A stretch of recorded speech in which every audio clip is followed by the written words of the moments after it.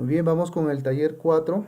Ya hemos visto el taller 3 anteriormente, que consistía en la definición del entorno de la investigación en base a una matriz MAPIC, donde se definían tres entornos.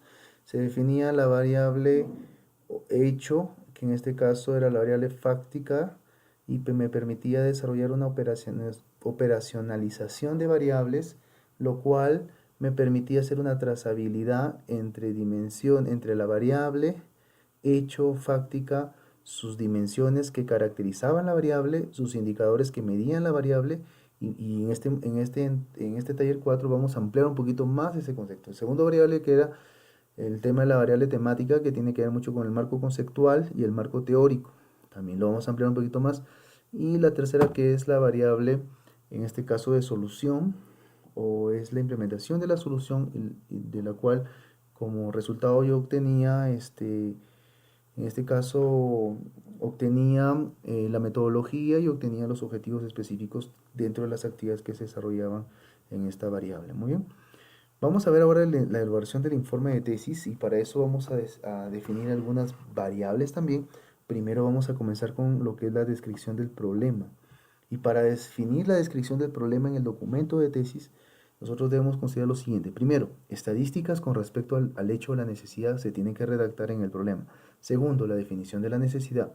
Tercero, la trazabilidad de la necesidad con respecto a la solución tecnológica a proponer. O sea, no tiene que divorciarse entre la necesidad y pensar en el futuro en la solución tecnológica. Necesariamente no tengo que colocar qué tecnología voy a aplicar en el problema. Lo que voy a poner es ponerlo en negativo, en necesidad, como diciendo, dando una interpretación que en el futuro es urgente implementar esa solución. Las referencias de autores con respecto a lo relevante que es esa necesidad. Tengo un anexo muy interesante que amplía un poquito estos conceptos de la definición del problema. ¿Y qué es lo que me dice? Por ejemplo, en cuanto al diagnóstico de este problema, nosotros debemos de considerar lo siguiente. Primero, hacer una evidencia procedimental de esa necesidad. O sea, no puede tomar decisiones ágiles porque no tengo la implementación de esta solución. ¿Se dan cuenta? O sea, no le estoy diciendo que necesito, por ejemplo, tener un datamar implementado, una inteligencia de negocio implementado, un dashboard implementado, una, una transabilidad entre la operacional y la data analítica en tiempo real. No lo digo, lo que digo es la necesidad en términos procedimentales. No tengo decisión ágil, así lo pongo.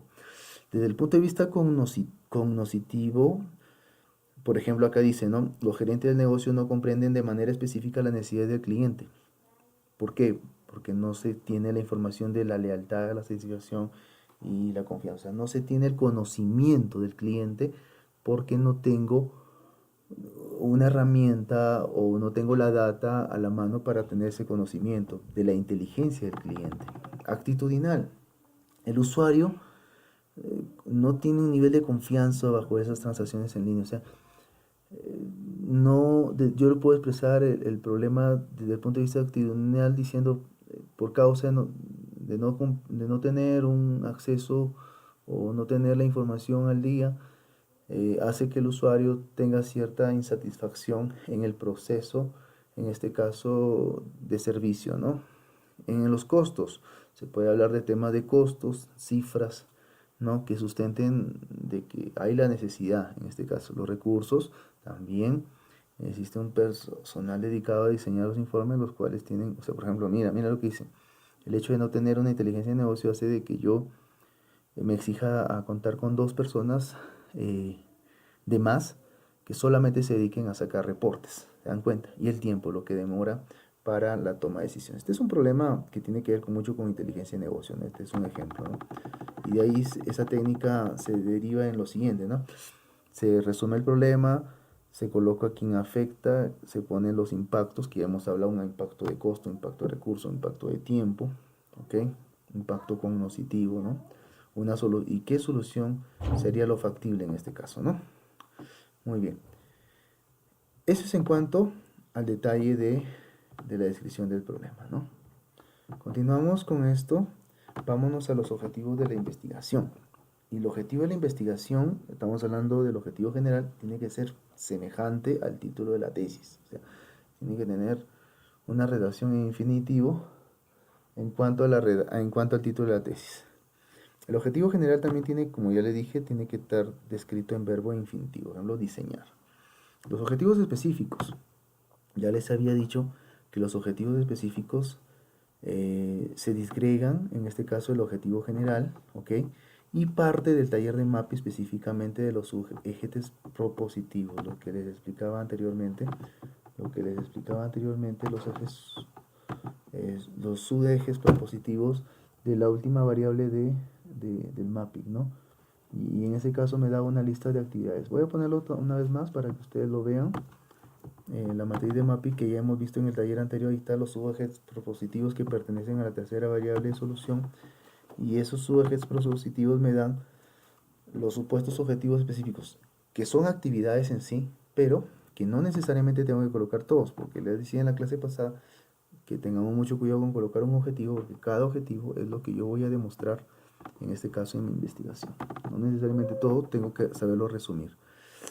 Tengo que definir una justificación en el informe de tesis, y esto está correlacionado a estos factores. Factor de conveniencia, para qué sirve o para quién sirve. Miren las preguntas que se plantean en la parte de la justificación. La relevancia social, quienes son los que se benefician, las implicancias prácticas, ayudar a resolver un problema. ¿Qué problema? Ya lo expliqué en la identificación de problemas, solamente que en la justificación lo pongo en positivo. El valor teórico, ¿qué valor teórico aporta mi investigación?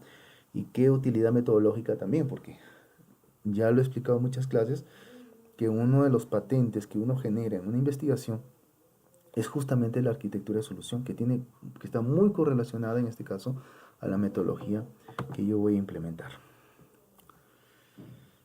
La operacionalización de la variable hecho es lo que ya les explicaba también antes.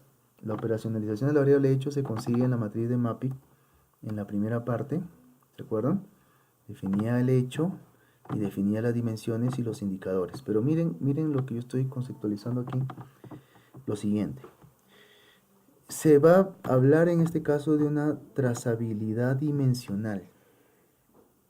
Esa trazabilidad dimensional, ahora, esto de acá que estoy colocando, nosotros lo vamos a colocar en anexos, en la matriz de mapping. La trazabilidad dimensional, ¿cuál es? La variable hecho, que es una variable dependiente, va a tener una caracterización por dimensiones, medida por indicadores y explicada por métricas. Miren esta correlación, cómo se sustenta. Se sustenta en el capítulo de construcción su elaboración de sus indicadores, o sea, cada indicador definido en la operacionalización lo voy a construir en mi capítulo de construcción, lo cual se sustenta y se elabora estos indicadores como se realizan.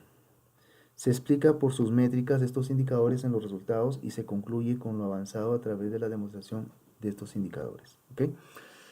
Por ejemplo, tengo el hecho alto grado de muerte de pacientes, que se caracteriza por un tiempo de paciente en el hospital, es una dimensión, el cual se mide por el tiempo de cirugía que tiene ese paciente en la sala de operaciones, por ser un departamento operatorio, y esto se interpreta por una métrica. Si, miren la métrica, el indicador es el tiempo de cirugía y la métrica sería la descripción del tiempo de cirugía. ¿Cómo? Si el tiempo está entre 2 o 3 días, es un tiempo bueno de permanencia. Si es más de estos días, el caso se convierte en un caso crítico. Esa es una métrica. ¿Eso es donde se coloca? En el capítulo de metodología del informe final. Y se redacta sus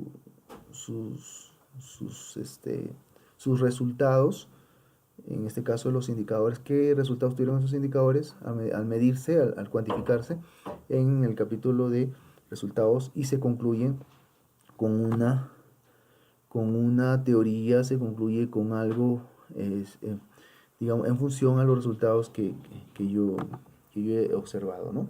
Eso es lo que podemos decir. La definición de las bases teóricas, eso ya lo hemos hablado en un video anterior, se hace a través del taller 3 de la sección temática del MAPIC, o sea, taller 3 del MAPIC, voy a ponerlo aquí para que quede bien expreso, de la sección temática. Ya le he puesto en consideraciones que el marco teórico, el marco conceptual, primero se comienza con el marco conceptual, donde se define un cuadro de herramientas, donde tanto el marco conceptual como el marco teórico se parte de lo más relevante a lo menos relevante, desde lo, digámoslo así, menos complicado a lo más complicado, ¿no? Esa es la forma como se estructura. Se utilizan antecedentes para hablar de la contextualización, en este caso de la teoría. Se conceptualiza esa teoría en función a la variable temática que yo he definido en el mapping, ¿no? En cuanto a los antecedentes de la investigación, ya hemos dicho también, es un cuadro que se desarrolla. En este caso es un cuadro, bueno, yo lo tengo aquí, en los anexos de este documento está el autor, está el año, está el título de la investigación, el objetivo general, el método que utilizó, la metodología y los resultados que este autor obtuvo en su investigación, ¿no? Ese es en cuanto al antecedente. Es indispensable que el alumno realice una exploración preliminar de los proyectos, las investigaciones previas y los trabajos, en este caso relacionados con el tema que va a estudiar. De esta forma podrá conocer todos los posibles antecedentes de su tema. Quizá alguien más ya haya investigado el tema en particular que le interese. En tal caso habrá que reorientar la investigación para evitar duplicar esfuerzos. Para eso también sirven los antecedentes, para poder ver si alguien más lo hizo y evitar duplicar esfuerzos. ¿Por qué voy a crear la rueda si ya la creé? ¿Qué más? En el campo de la tecnología, la expresión estado del arte o antecedentes hace referencia al nivel más alto de desarrollo conseguido en un momento determinado sobre una técnica o un dispositivo tecnológico. Bien, vamos a seguir continuando, a seguir hablando sobre esto, sobre el informe, el documento informe de la tesis, y vamos a definir la arquitectura de solución, que para mí, siempre le digo, es la carne del costillar, ¿no?, que comemos en el restaurante. Es la parte de la carne, es parte de la sustancia, la parte principal, ¿ok? Es la arquitectura de solución y es motivo de generar patentes. Hay muchas arquitecturas de solución que yo he podido observar en los estudiantes. Entonces, la arquitectura de investigación es el esquema de la investigación, es un diagrama de bloques, es un diseño de la investigación. Se coloca todos los elementos, todo el software, algunas técnicas, algunos instrumentos, se colocan como un diagrama de bloques y se estructura cómo será esa solución que voy a proponer al problema. Con eso yo lo hago partiendo del taller 2 de la madurez de la investigación. ¿Por qué el taller 2? Porque ustedes saben que en el taller 2 se define, en este caso, qué teorías yo voy a usar, ¿no?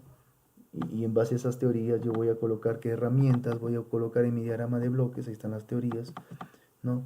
Y qué algoritmo voy a usar, qué motores de solución voy a usar, qué modelos de predicción voy a usar, o qué estándares voy a usar. Entonces todo eso yo lo coloco en mi diagrama de bloques. Esta sección es la principal concentración y motivo para generar patentes para Concitec. Es importante. Y con el taller 3, en este caso de la sección de solución, se realiza el diagrama de bloques. O sea, yo utilizo en el taller 3 del MAPIC, este es el MAPIC, recuerden, ¿no? Okay, de la sección de solución hago el diagrama de bloques donde yo incluyo herramientas y el esquema de solución. La metodología de la investigación. La metodología de la investigación se puede basar en el taller MAPIC, ¿ok? De la sección de la solución, en los ejes propositivos. O sea, también esto lo puedo usar para la arquitectura de solución, ¿ok? Para la arquitectura de solución también puedo usarlo para desarrollar, en este caso, la arquitectura de solución, ¿no? Ahora, la definición de la metodología de la investigación se basa en la sección de solución en ejes propositivos. Ok, recuerden ustedes que dijimos que en la tercera variable, en los ejes propositivos, yo tenía la definición de la metodología en esta parte, ¿ok? No se olviden, por favor. ¿Qué nos dice? El método es el modo de decir o hacer en orden una cosa, es una manera razonable de construir el pensamiento con el objeto de llegar a un resultado determinado, es un proceso técnico de cuestionamiento sistemático utilizado por diferentes disciplinas. ¿Qué es la técnica de investigación? ¿Qué es la técnica de la investigación? Son las entrevistas, las técnicas de investigación que yo utilizo para poder encontrar, en este caso, información, encontrar data que me permita analizar la investigación. Lo hago a través de focus group, a través de entrevistas, a través de encuestas. Es decir, una técnica que me permite lograr que la investigación sea resuelta sin problemas y con normalidad. En el caso de tecnologías podemos tener una técnica, por ejemplo, una técnica sería la técnica de la calidad de datos, que sería el ETL, que es el Extract Transformation Load, ¿no? Extracción, transformación y carga. ¿Qué son los instrumentos de investigación o los materiales? Son los artefactos usados en la construcción de la investigación, como por ejemplo yo puedo construir mi solución partiendo de una metadata, partiendo de herramientas, partiendo de fichas de indicadores, etcétera. Y termino con esta parte que es súper importante, que es la tipología de la investigación. Pero esto lo vamos a ver en la siguiente sección.